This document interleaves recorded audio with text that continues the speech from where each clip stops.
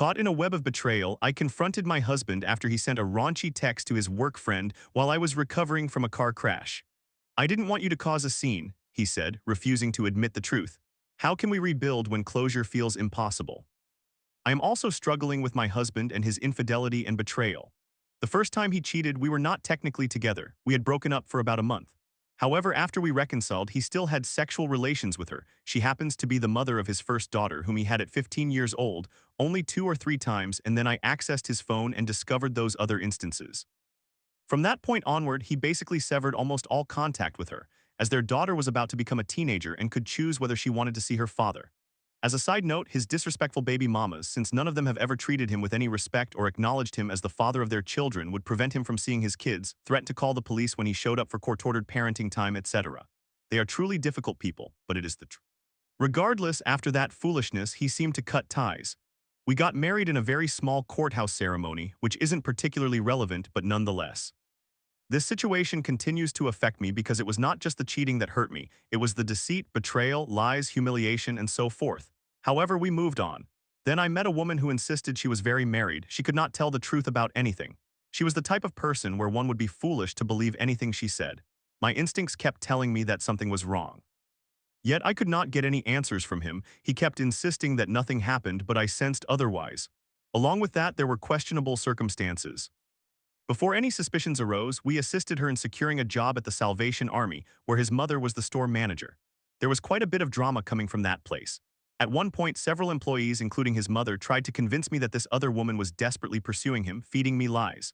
Ultimately, it turned out this other woman confided in me that, alongside a few colleagues, she had sexual relations with the boss's son.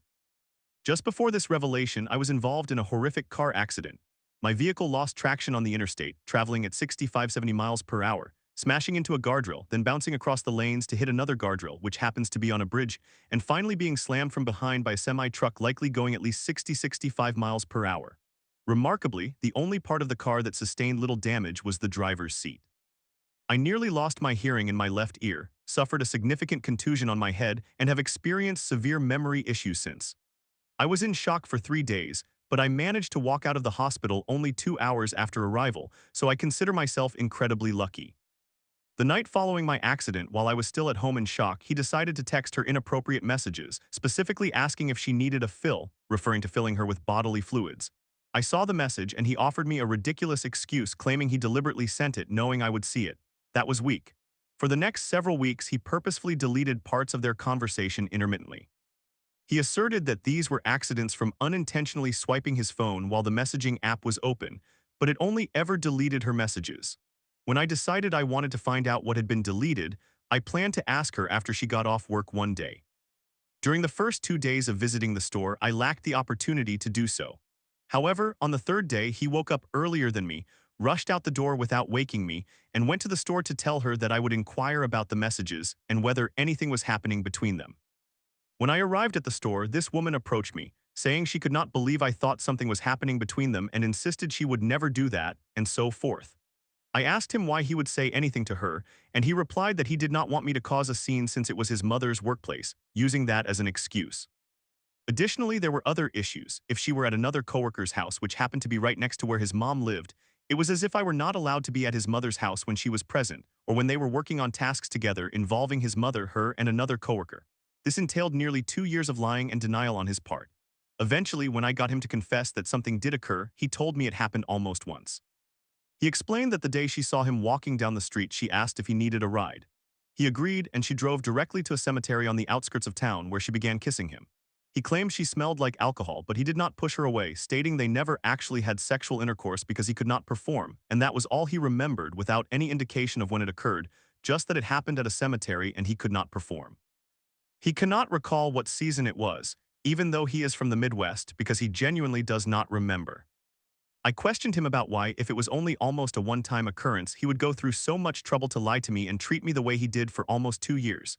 He said he was worried I would leave him. That strikes me as nonsense. How could he not remember anything? Yet we are married and I love him, so we are desperately trying to resolve this situation. I expressed to him that I cannot achieve closure when all he can tell me is that he does not remember, and he does not understand why I keep asking questions or want to discuss it since, as he mentioned before, he does not know. He has been demonstrating some change in his behavior toward me in a positive way, but how can one move on without any form of closure? The situation gnaws at my mind with intrusive thoughts and troubling reflections that I am trying to manage. We signed up for couples therapy, but we have not truly started because he claims he does not have the time. I am unsure. I find it absurd to ask her if she needed a fill, if it was merely an almost one-time occurrence because he could not perform. Additionally, I confronted her about the damage I caused to her windshield, and she is fortunate I did not do more. However, I am uncertain how to cope with everything, how to believe anything he says, and how to navigate my feelings. How do I obtain closure? I apologize for the unnecessary rambling, but I need to hear what others think. Suggestions and insights on what others would do would be greatly appreciated. Story 2. Caught cheating with my girlfriend, Chloe, I confronted her about my suspicions only to learn she'd slept with her ex, Joe, the entire time. So armed with a saucepan, I ambushed Joe and yelled, "Stay away from Chloe or I'll kill you." But why did that turn her on? Hello, Reddit. I have been spending some time on Reddit over the past year, so I decided to share this old story of mine. It might interest someone, and if not, I will delete it. I was uncertain where to post it, but since it involves infidelity, I opted to share it here. Please let me know if that was a mistake. I could have found a group for kitchen tools as well, I am not sure. Lastly, English is my second language, so I apologize in advance. I was 20 years old when this story occurred, around 2015. I was living in France and met a French girl my age, let's refer to her as Chloe. When I met Chloe, I was already a very jealous person and I struggled with it.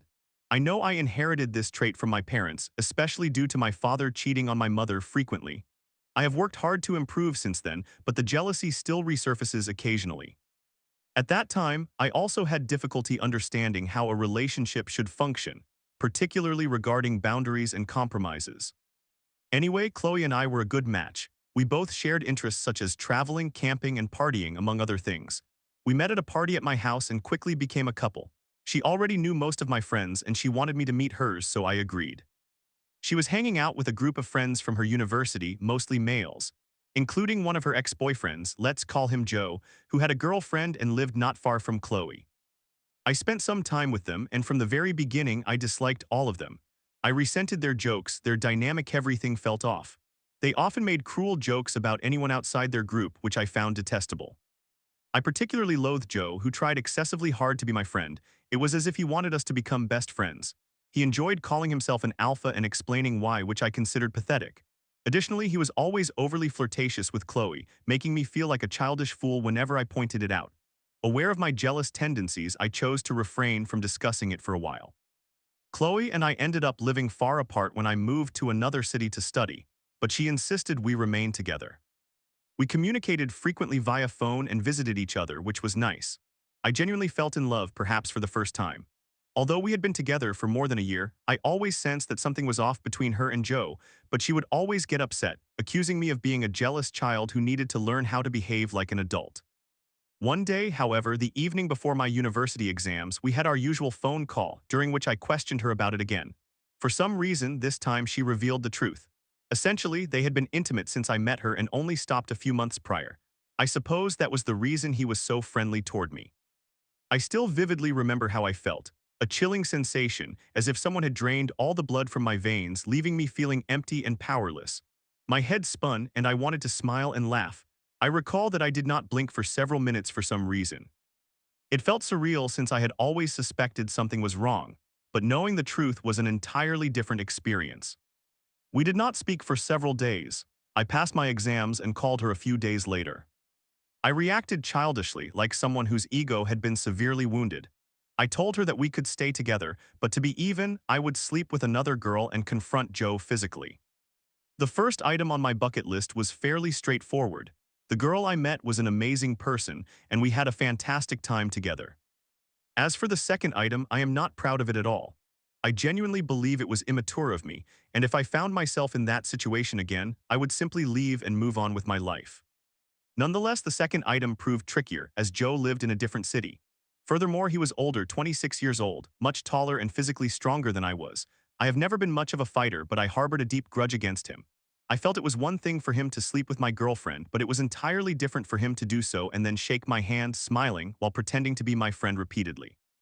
I wanted to confront him, but I also feared being caught.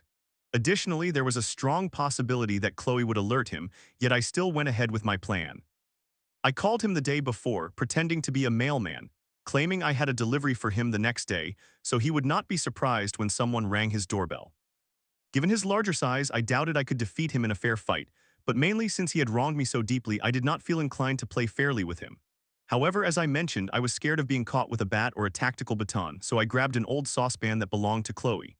In my mind, if a police officer stopped me, I could always say that I was taking my saucepan to a friend's apartment to cook. Don't think about it too much. On the day of the confrontation, I called him again as the mailman to coax him out of his small apartment.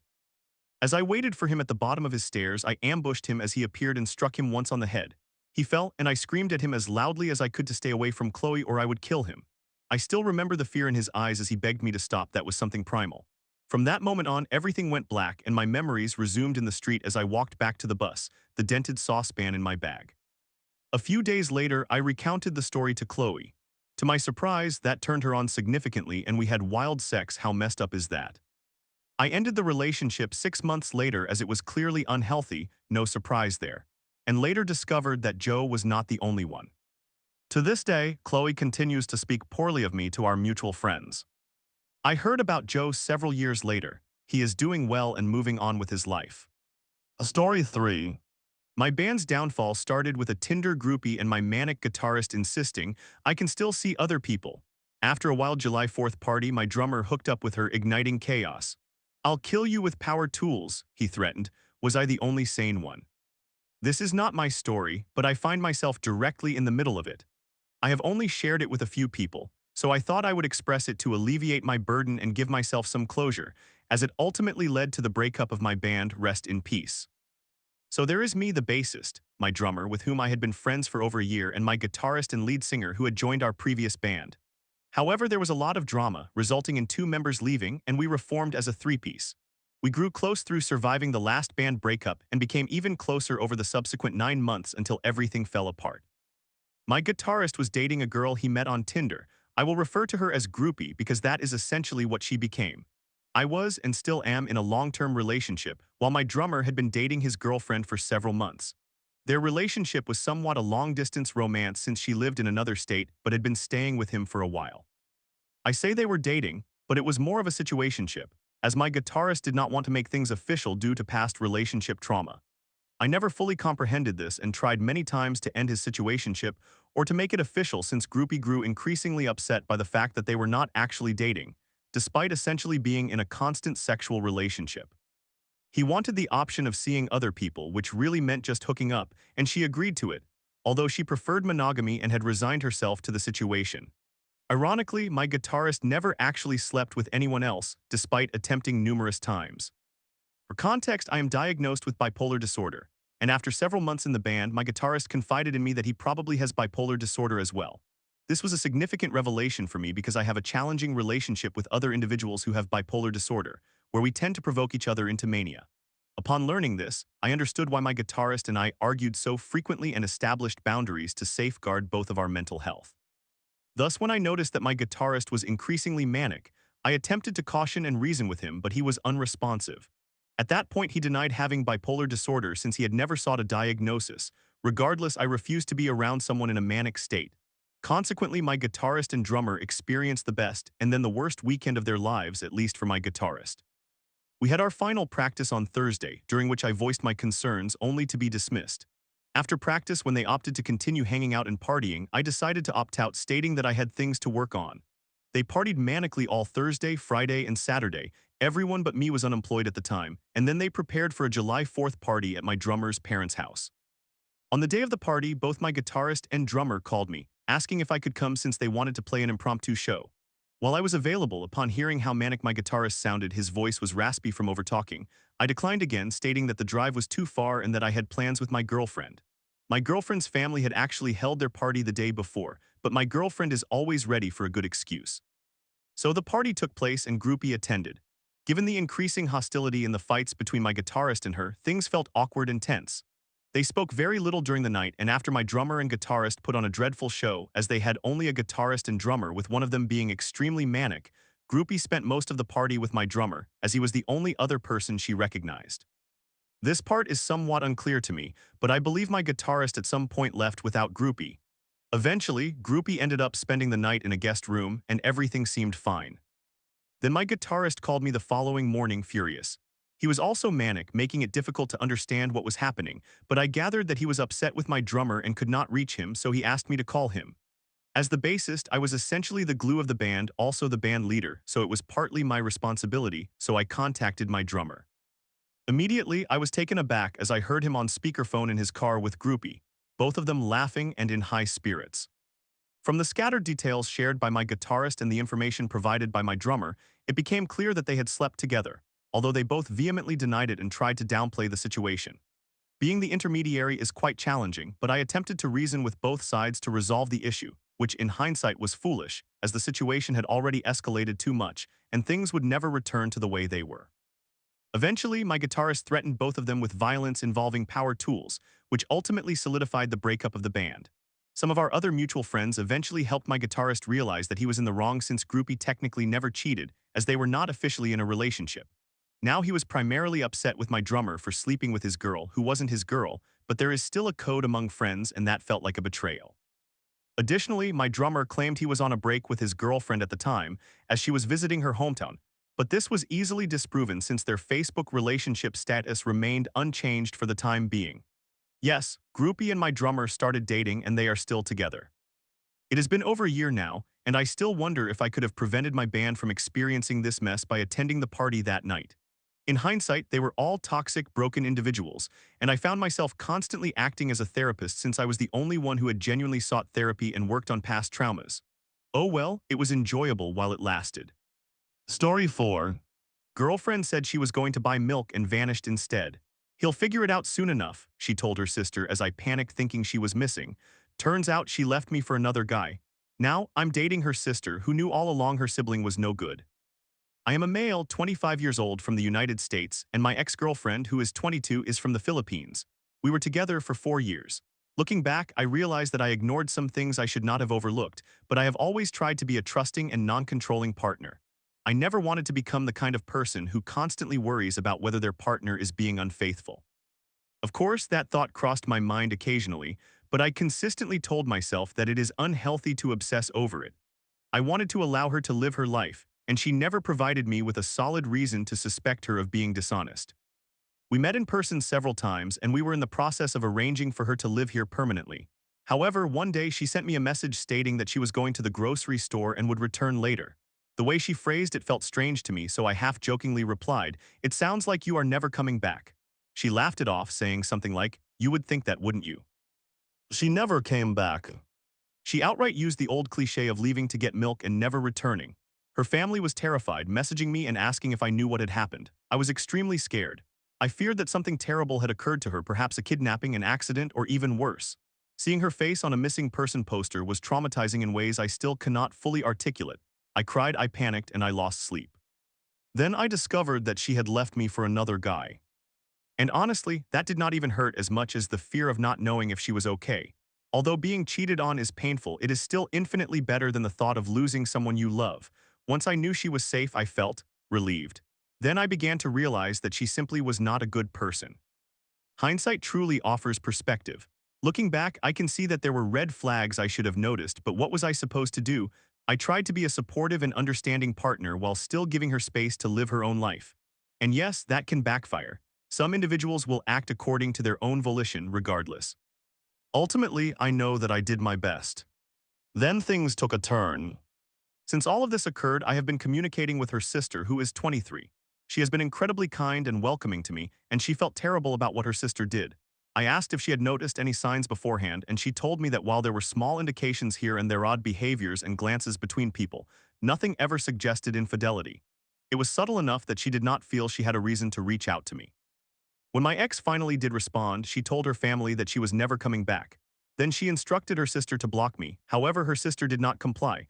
In fact, she was the only one who truly defended me. She confronted her sister, asking, "How could you do this to him? How do you think he feels?" And my ex's only response, "He will figure it out soon enough." That was the moment I knew, without a doubt, that she was not a good person. It is amusing because throughout our relationship there were moments when she would say things like, "I do not deserve you." At the time, I thought she was merely being insecure, but now I understand it was guilt. She had felt guilty all along. But what was I supposed to do? I am only human. I can only do so much for a person. After a few months, I began dating her sister. Yes, it is a significant turn of events, but I genuinely love her. She is significantly sweeter, much more talkative, and she actually makes me feel valued. However, I had to ask myself, was I doing this just to get back at my ex? Was I with her sister as a form of revenge? The truth is, no, that is not the reason I am with her. Has it crossed my mind that my ex might interpret it that way? Certainly. And well, she must have because she blocked her sister the moment she found out. So I suppose in her eyes we are both homewreckers now. But honestly, I do not care. Life is too short to waste on individuals who do not care about you.